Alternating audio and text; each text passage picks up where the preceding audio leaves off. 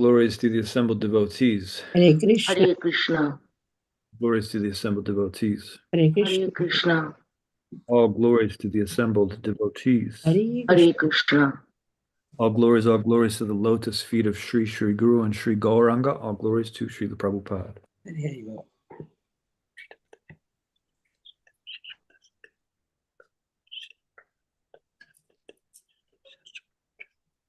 Om Namo Bhagavate Vasudevaya. Om Namo Bhagavate Vasudevaya. Om Namo Bhagavate Vasudevaya. Om Namo Bhagavate Vasudevaya. Om Namo Bhagavate Vasudevaya. Om Namo Bhagavate Vasudevaya. Hare Krishna. So we continue our study of Srimad Bhagavatam. We are in the third canto, the fifth chapter, and today's verse is number 39, spoken by the demigods. Deva Uchahu Namamate Deva Padaravindang Prapana Tapo Pashamatapatram Yanmulaketa Yatayon Jasoru Sangsara Dunkam Bahir Utshipanti Deva Uchuhu Namamate Deva Padaravindam Prapanatapo Pashamatapatram Yanmulaketa Yatayon Jasoru Sangsara Dunkam Bahir Utshipanti Deva Uchuhu Namamate Deva Padaravindam Prapanatapo Pashamatapatram Yanmulaketa Yatayon Jasoru Sangsara Dukam Bahir Utshipanti. Please chant. Hare Krishna.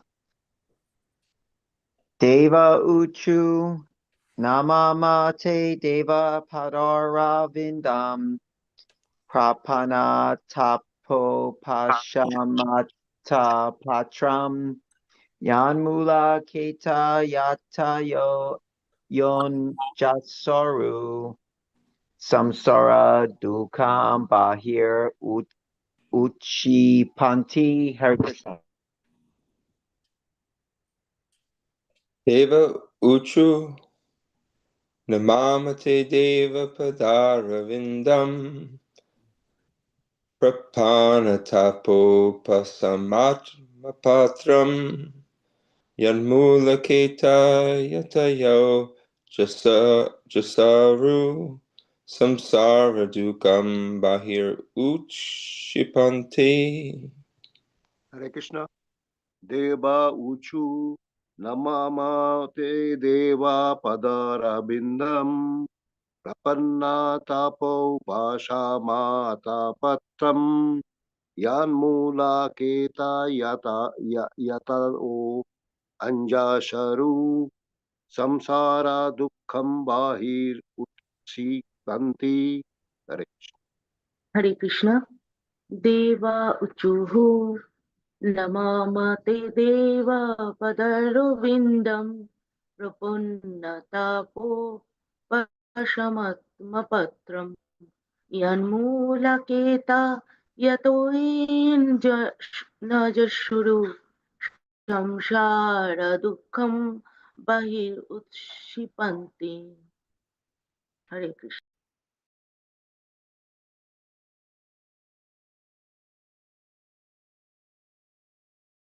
Deva Uchuhu Namami Te Deva Padaravindam Prapanna Tapopashama Atapatram Yanmulaketaya Tatyo Nujarsu Samsara Dukkam बहिरुत्क्षिपन्ति.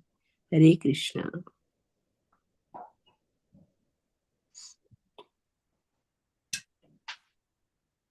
Anyone else? Okay. Devaha Uchuhu, the demigods said, Namama, we offer our respectful obeisances. Te, your. Deva, O Lord.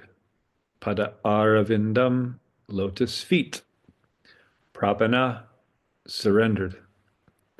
Tapa, distress. Upashama, suppresses. Atapatram, umbrella. Yat mulaketaha, shelter of the lotus feet. Yata yaha, great sages. Anjasa, totally. Uru, great. Samsara dukam, miseries of material existence.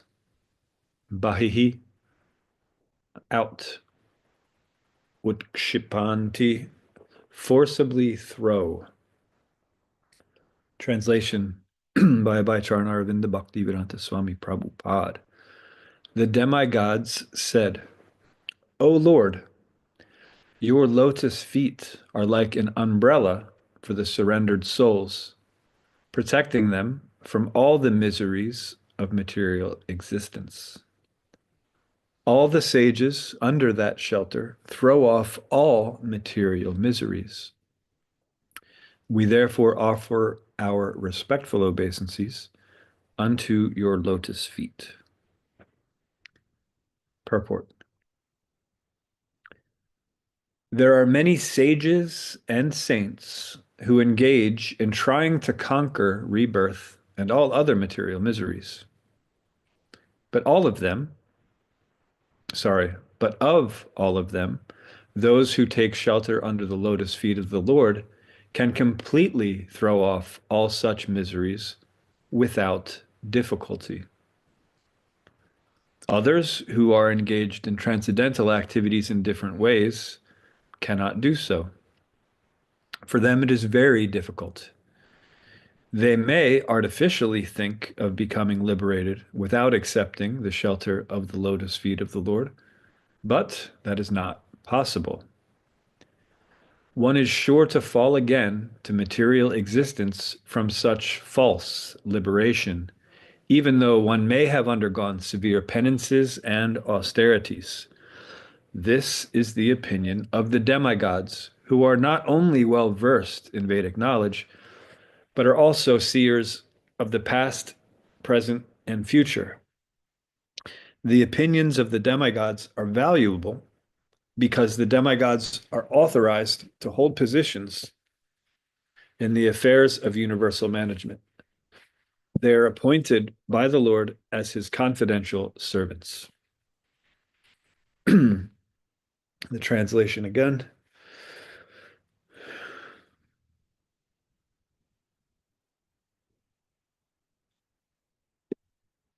Is the demigod said, O Lord, your lotus feet are like an umbrella for the surrendered souls, protecting them from all the miseries of material existence.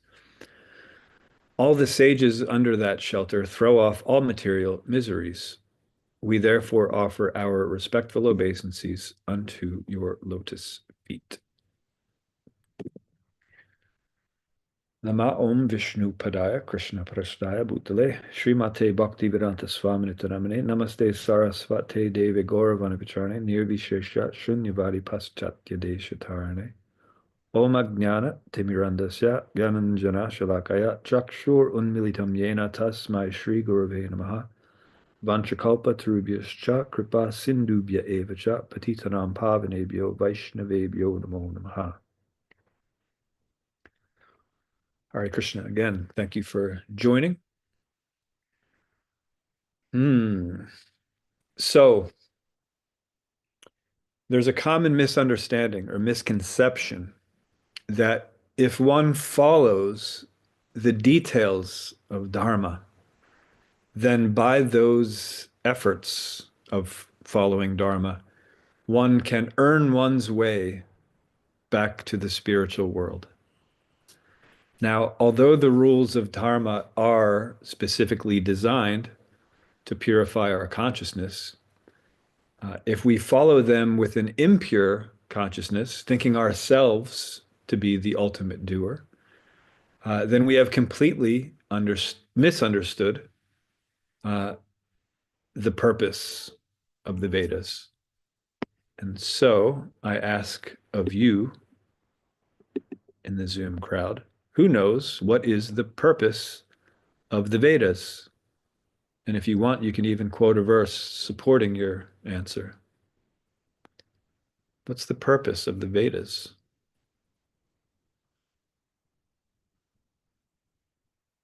We either have a lot of shy people or a lot of people who are otherwise occupied.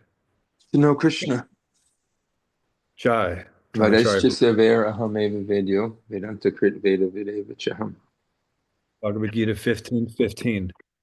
The purpose of the Vedas is to understand Krishna. Of all the Vedas, I am to be known. Right. Thank you very much.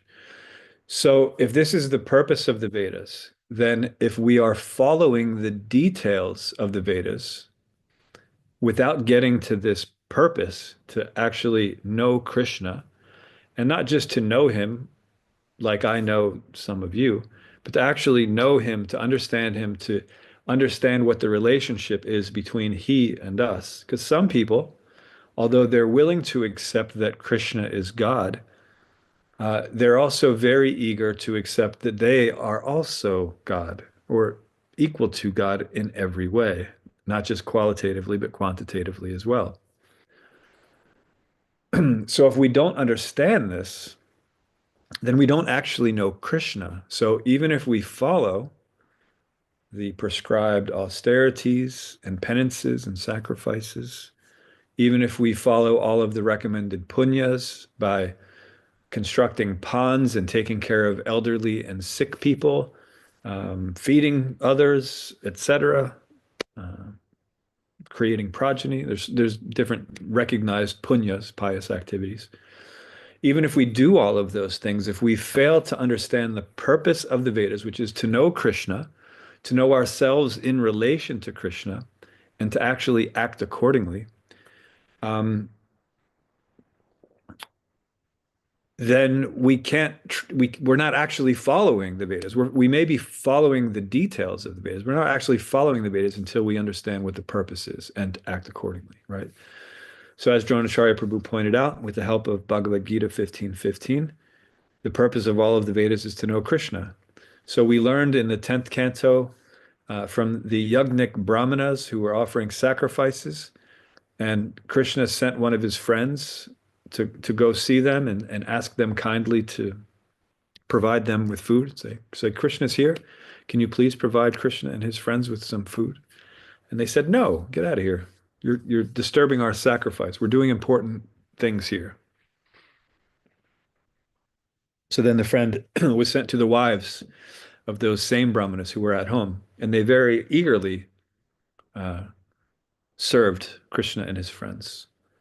And so when the Yagnik Brahmanas found out what was going on, and they understood that they wasted a huge opportunity, all of their training, all of the penances and sacrifices and austerities and punyas that they performed were actually useless because they didn't get that central point, that understanding to serve Krishna, to know Krishna and to serve him. Right. So if we're simply following these external rules and thinking ourselves the doer or the cause of our liberation, then our so-called liberation will be, as Srila Prabhupada mentioned in today's purport, false liberation. And as such, even after following those prescribed methods of penances and austerities, which are mentioned in the Vedas, one is sure to fall again, as Srila Prabhupada mentioned, into the material existence until one actually understands that purpose, right? And actually follow those prescribed methods with the proper consciousness. Now, it doesn't mean that since it's possible to not come to the right conclusion even while following the details of the Vedas, one shouldn't come to the conclusion that the details in the Vedas aren't important. They are important insofar as much as they elevate our consciousness to serve, to understand and serve Krishna. But they're not just arbitrary details that are, thought up of willy-nilly. There's actually a whole lot of thought that went into them. They were given by Krishna himself. So they are specific activities that, if done properly, will awaken one's Krishna consciousness, will purify one's consciousness. Other methods, which are not designed to elevate our consciousness, they may be helpful to some extent if we're trying to use them in Krishna's service, but they're certainly not going to be as perfect as the actual process that Krishna himself has given for the very purpose of us purifying our consciousness. So, by taking exclusive shelter of the lotus feet of the Supreme Lord, that is what is needed. So that's what today's verse is all about, how these sages, they're able to get rid of all of their material attachments because they understand that Krishna is their only shelter. They're no longer thinking that they are the doers. They're no longer thinking that if I perform this activity or this pious duty, then I can earn my way back to the spiritual world. No, they're understanding that Krishna is my only shelter. If I follow his instructions, he will be pleased. That's it. The only motivation of a devotee is to please Krishna. Whether one has to remain in this material world or one goes to the spiritual world, it doesn't matter, because when a pure devotee is engaged in Krishna's service, the externals no longer affect him. So one can be technically, well, not even technically, one can be, from an outside point of view, situationally observed to be in the material world. Yet by consciousness, one is completely in the spiritual world. One is not affected by the dualities of the material world. Just as when Krishna comes down to the material world, he's not affected by the dualities of the material world. Similarly, a pure devotee who has shed all of his material conditionings is no longer affected by material nature, right? So taking exclusive shelter of the lotus feet of Krishna, that is the ultimate goal. And I've mentioned there's a book that we're studying here in Mayapur, and I've mentioned this several times because what happens is when we study Shastra, we find that the Shastra is actually continually saying the same thing in different ways. And this is the principle to understand Krishna, right? To understand what our relationship is with Krishna and to act accordingly. And so Shastra just teaches us many ways to understand and to apply that principle. And so what I'm going to read, which I've read the last month or so, I've read this thesis statement of Srila Bhaktivinoda Thakur several times. This is his book, Sri Chaitanya Shikshamrita. And his thesis statement of his book is that there are countless philosophies existing, but although attempting to reach the truth, they are all incomplete and mutually conflicting, being generated from illusory premises. So these are like I got my shutter caught on there. These are like the countless philosophers they're attempting to reach the truth, but if they're not taking full shelter, exclusive shelter of Krishna's lotus feet, then that means they're misunderstanding the point. It's incomplete and mutually contradicting, being generated from illusory premises. And then Srila Bhaktivinoda Thakur, as a ray of hope, completes his idea saying that these philosophies, it's not that they're completely wrong. So these philosophies find their perfection in Krishna bhakti, right? So although these philosophies are incomplete because they're generated from illusory premises, there is hope if one takes exclusive shelter of the Supreme Lord, then one actually understands that one is not the center, one is not the controller and the enjoyer or the doer, and one can depend fully on Krishna. And in that way, one can actually satisfy one's eternal relationship with Krishna. And so that is the goal. And we are hearing this verse, today's verse, from the demigods, right? These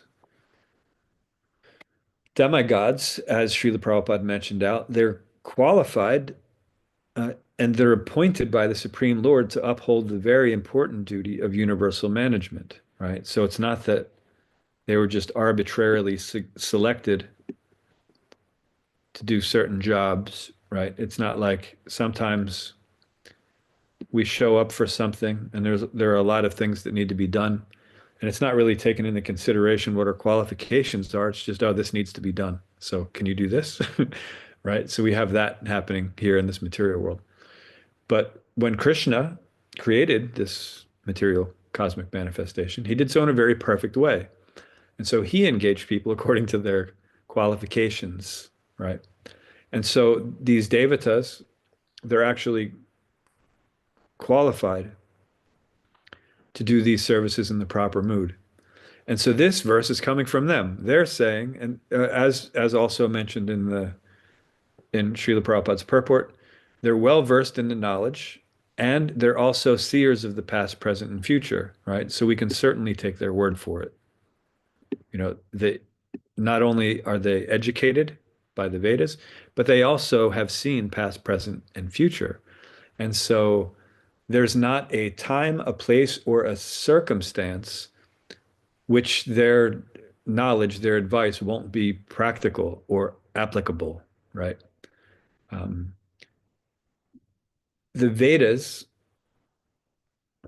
is meant for everyone. So there are different sections of the Vedas that reach out to different types of human beings. And I use the term human beings quite loosely here because most so-called human beings are just two-legged animals. And two-legged animals, it's not meant to sound harsh. It just means that those who uh, just dedicate their lives to eating, sleeping, mating, and defending, just like the animals, and don't use the rare opportunity of this human form of life to inquire about the absolute truth and to try to determine uh, how one should actually be spending their time, their energy, their efforts, the resources that they have access to, etc. And so the Vedas are quite vast, and so their details will be also quite liberal, right? There'll be many details of the Vedas that will prescribe certain methods. Again, all of those methods are designed to purify one's consciousness so that one gradually gets to understand, to know Krishna, Vedaischa Sarvamahameva Vidyo. But since they're reaching out to all of these, the lowest realms of two-legged animal society, there will be details that may be quite distracting. One may be quite distracted by the flowery language of the Vedas, which will give concessions to those uh, who have a lower stage of consciousness, means a more polluted consciousness, covered by more and more layers of the modes of material nature. So if one fails to understand the principle, which is to know Krishna, then one won't make so much rapid advancement through the Vedic process, right? One has to understand what that principle is. So the Vedas is designed to cultivate that principle, to know Krishna. But we have to approach it with intelligence, right? So no matter what level we're on, the Vedas can help us come to that proper consciousness. But like with anything, we have to actually properly utilize whatever instruments that we can come in contact with. So the authority of the demigods, who are well versed in knowledge and who are seers of the past, present, and future, is quite higher, of a higher caliber than the authorities that the majority of human society is currently following, right? So it's in our best interest um, to take their advice, to understand them, uh, and to take exclusive shelter of the Supreme Personality of Godhead while simultaneously following the process that the Supreme Personality of Godhead has designed for us to purify our consciousness and to come to the ultimate goal of doing everything, all of our thoughts, words, actions, engaging it all in Krishna service with Krishna as the center instead of ourselves as the center.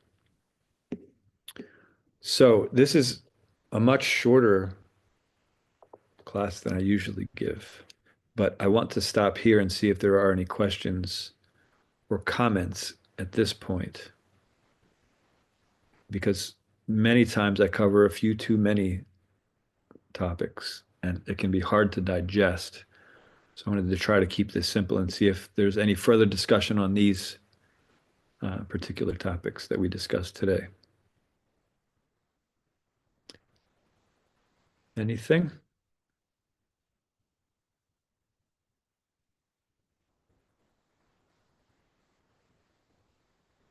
It does not appear. Hare Krishna. Priya, Hare Krishna. Yes. Yeah. I have one question. I just visited some friend who's been devotee for a long time. They have like pictures of demigod in separate altar. They think Yes. that the family has been worshipping such demigod like Kul Devta. Have you heard that Kul Devta? Udita? Kul No. Kul mean the family deities. Oh, yes. Devta, yeah. So Sorry. they still keep the picture of Durga and Shiva and Ganesh. Right. So I'm just wondering, what will you think about it? They think, you know, they don't accept this demigod like the Supreme Lord, but since the family has been worshipping them, they still keep these deities on the altar. They're ISKCON initiated devotees. Right. So what will you say about it? Well, you said they keep them on a separate altar? Yeah, separate altar. So if they're appreciating them as Krishna's servants, then there's certainly no harm in that, because although it's blasphemy to consider them on the same level of the Supreme Lord, it's also disrespectful not to understand their position, that they are devotees, right? So it's not that a lot of times when we first come to Krishna consciousness and we read these 10 offenses and how demigod worshipers are actually of a lower standard.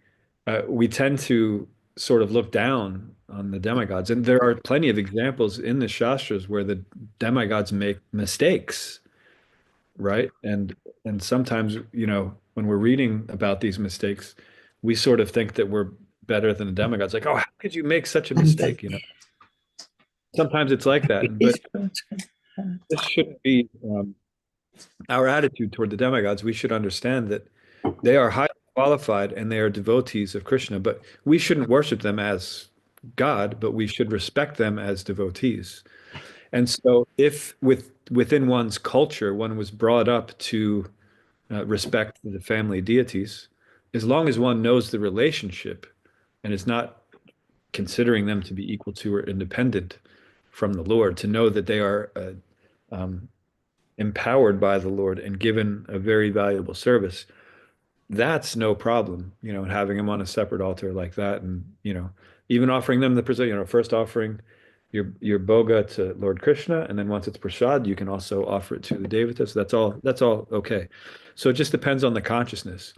Now, if one hasn't grown up in that particular culture, then there's no need of developing a separate altar, because it's just, you're trying to engage someone else's nature in Krishna service. Now, that doesn't mean you don't respect the Devatas. You just don't have an altar of them.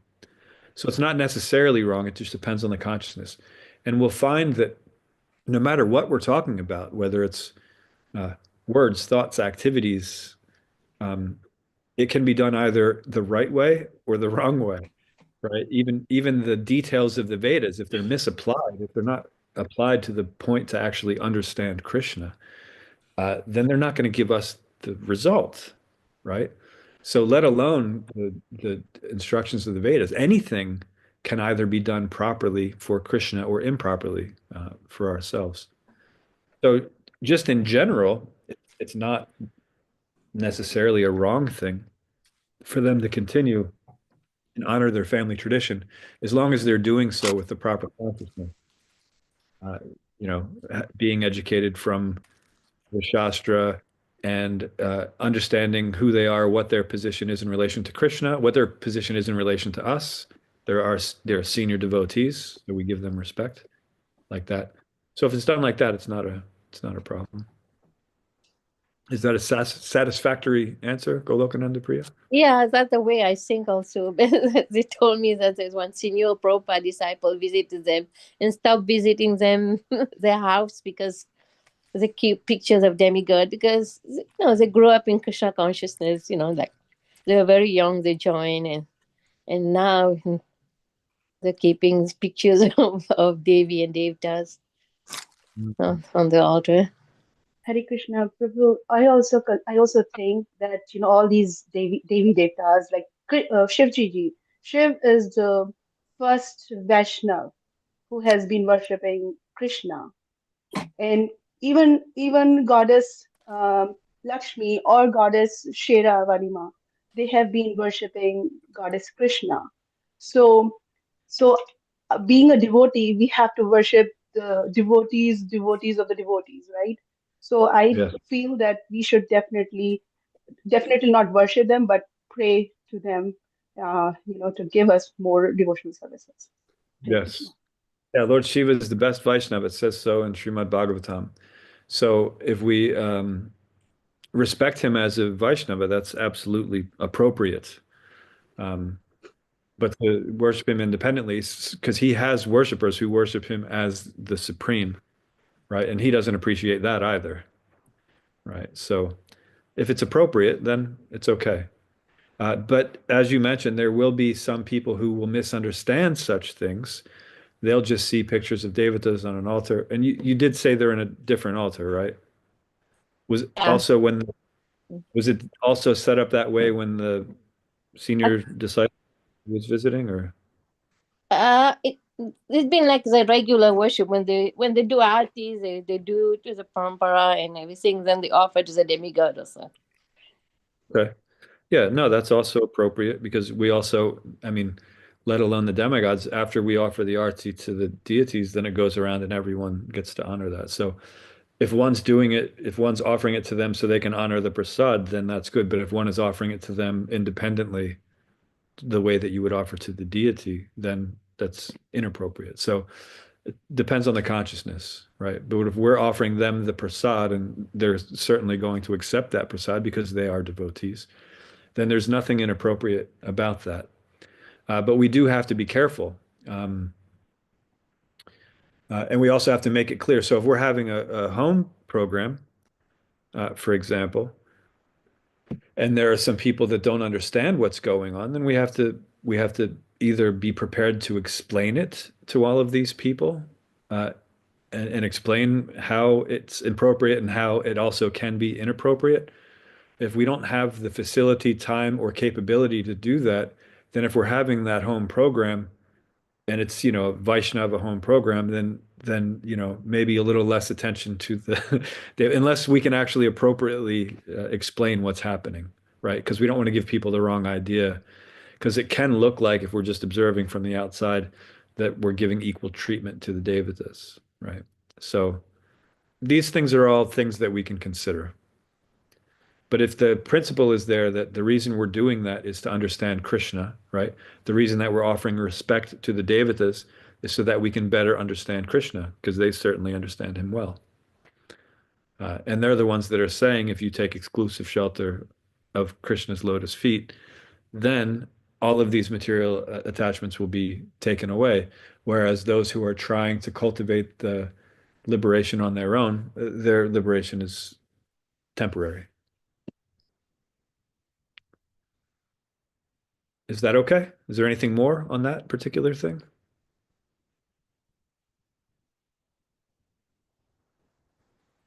Okay. Or anything else?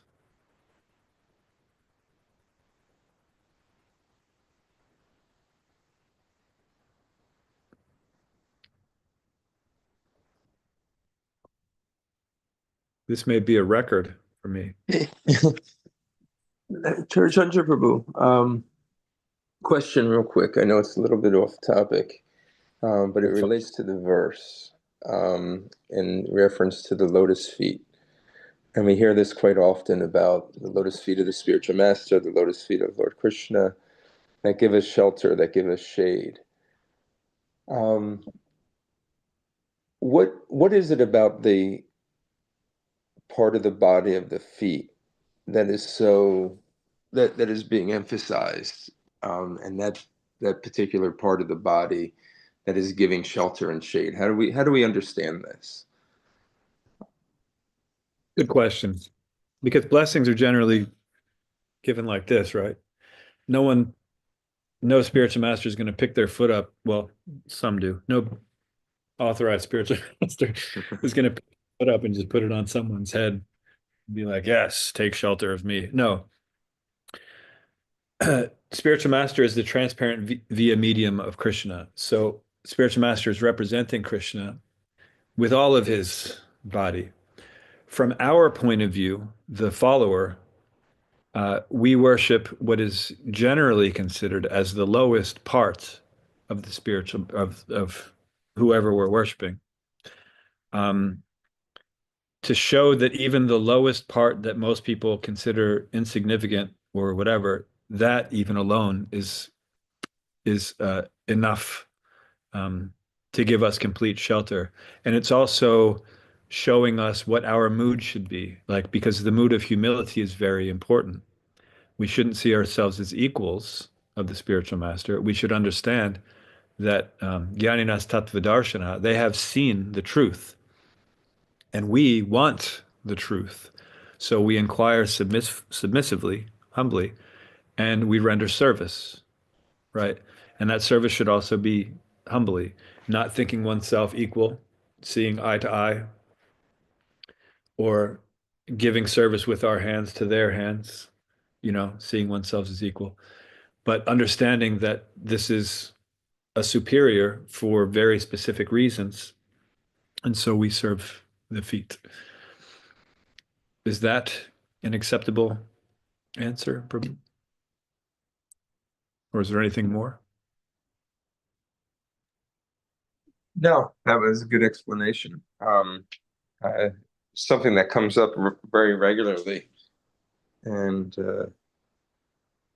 just kind of was interested in understanding why, exactly. Yeah, and that was a good explanation. Thank you. Thank you. Yeah. You can kind of think like it's like the words. You would think like the heart of the spiritual master, or the heart of or the head, because that's where information is coming from, or the Yes. So Krishna is coming from there, right? But yeah, the way we're appreciating, we do so again with that mood of humility.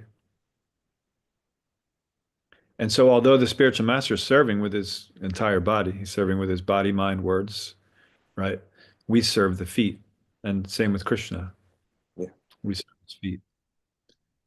And one may say, yeah, well, but eventually, when we reawaken our eternal, relationship with Krishna, we will kind of be equals or sometimes superiors, even, right? Someone will be on a socially superior position to Krishna, and that as their eternal thing. But we find out that all of those different types of devotees are also serving his feet. The cowherd boys are massaging Krishna's feet. The gopis are also massaging Krishna's feet and placing them on their hearts. The parents are also cleansing and worshiping Krishna's feet. So, yeah, no, that's there. Those who are worshiping in awe and reverence are clearly, worshiping the feet. So that doesn't go away. When someone's dear to us, everything about them is dear to us, let alone their feet, their shoes, anything that reminds us of them, a pen that they used, whatever, it doesn't matter. Whatever is reminding us of the one we love is going to have a great amount of value, especially if we don't have direct access to them, right? So if we have a memento of a long lost loved one, when we see that particular memento, we still feel that connection, right? No matter what it is. So yes, in a similar way, there are when we have that relationship, then we appreciate every aspect, but the appropriate way to express that is with humility, because our relationship between us and the Supreme Lord is we are infinitesimally small and He is infinitely big, right? So to approach Him that way is the standard. And then since the spiritual master Shakshadhari Tvena is non-different from Krishna, and it's not that he's non-different from Krishna for any other reason than the fact that everything he does, everything he says, uh, everything he thinks is engaged in Krishna's service. So in thoughts, minds, and actions, he's constantly engaged in Krishna's service. He's only instructing us based on Shastra. So therefore, he's as good as Krishna because he's giving us the knowledge that he has seen. And yeah, and we accept that. So the feet. Thank you, Prabhu, for the explanation. Thank you. Anything else?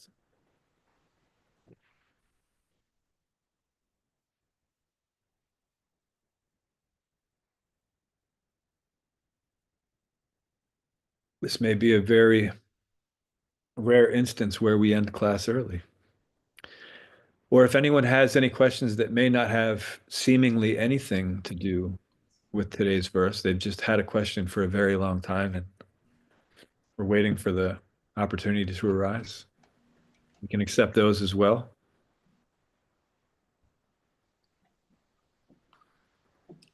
Thank you very much, Prabhu. Got a lot of information today. I don't have any question, but I do know about this Kuladevatas. Even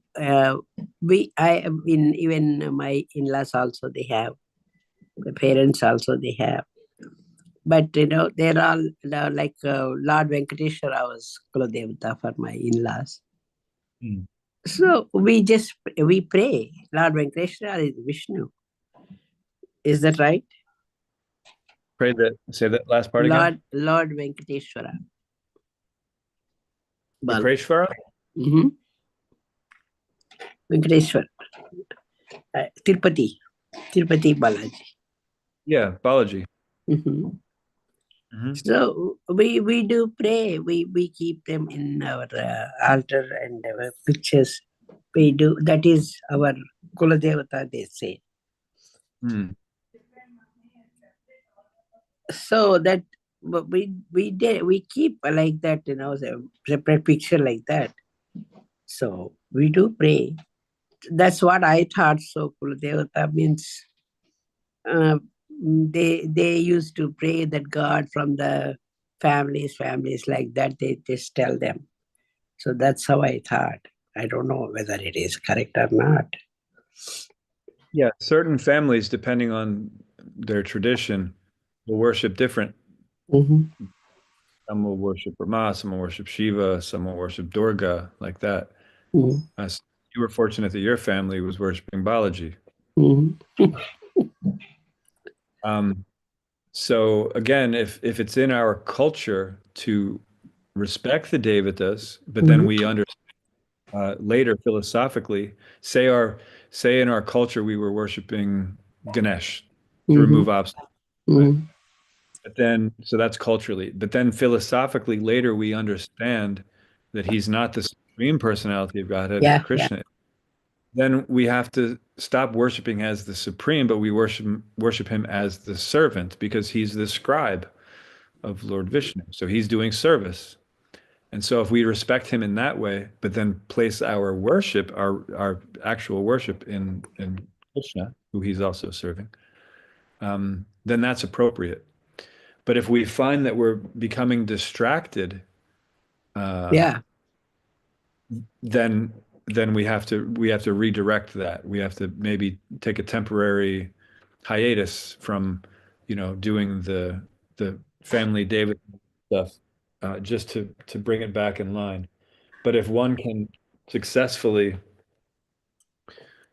understand what the relationship is between these nice devotees of the Lord and Krishna and us, and we can give that proper respect, without misunderstanding or, and also without being disrespectful, right? Which is another problem that a lot of people have. But if we can treat them appropriately as yeah, senior, then it's no problem.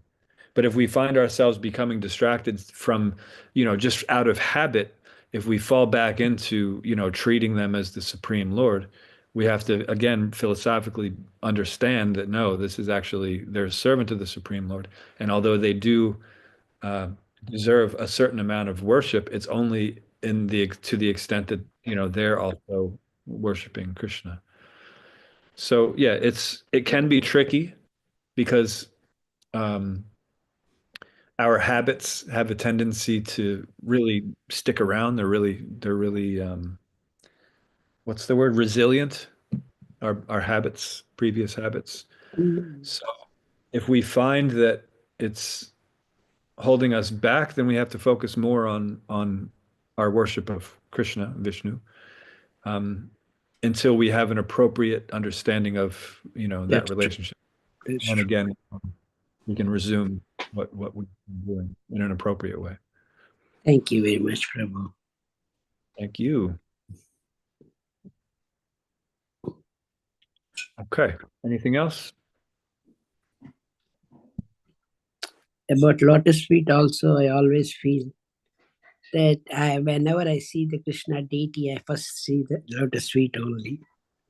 That's good. How they put tulsi, how they put flowers, how he put his uh, lotus feet was so.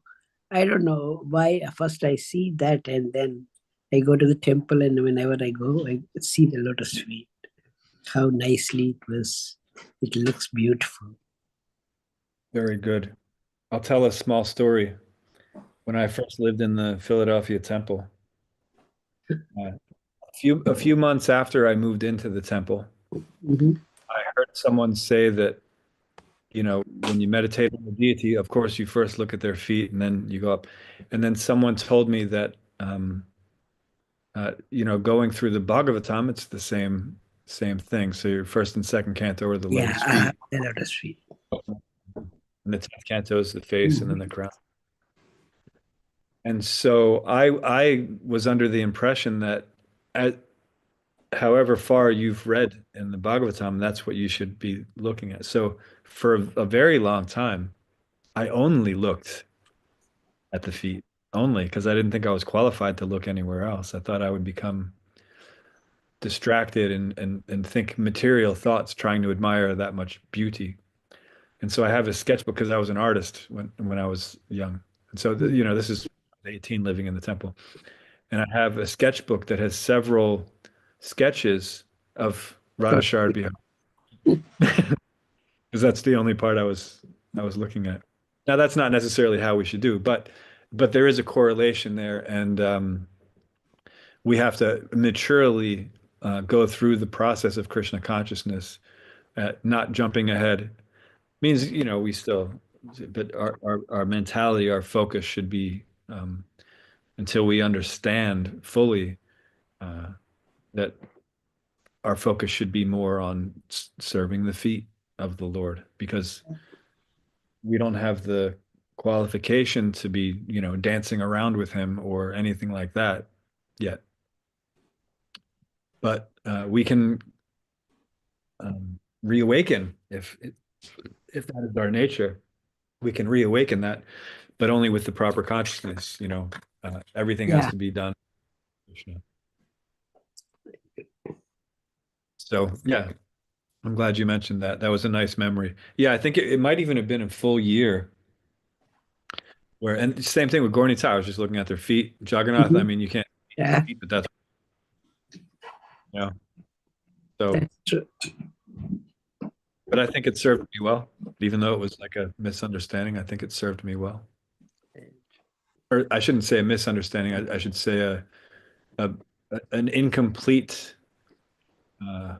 understanding, because it's a partial understanding. We'll call it that. Thank you very much, Prabhu. Sure. Thank you. Anything else from anyone? Okay. So then we will end here. Thank you for tuning in. Srila Prabhupada Ki Jai, Srimad Bhagavatam Ki Jai, Ananta Koti Vaishnava Vrinda Ki. वाञ्छाकल्पतरुभ्यश्च कृपा सिन्धुभ्यैव च पतितानां पावनेभ्यो वैष्णवेभ्यो नमो नमः. Hare Krishna to everybody. Thank you very much, Prabhu. Hare Krishna. Thank you. Thank you. Thank you, Prabhu.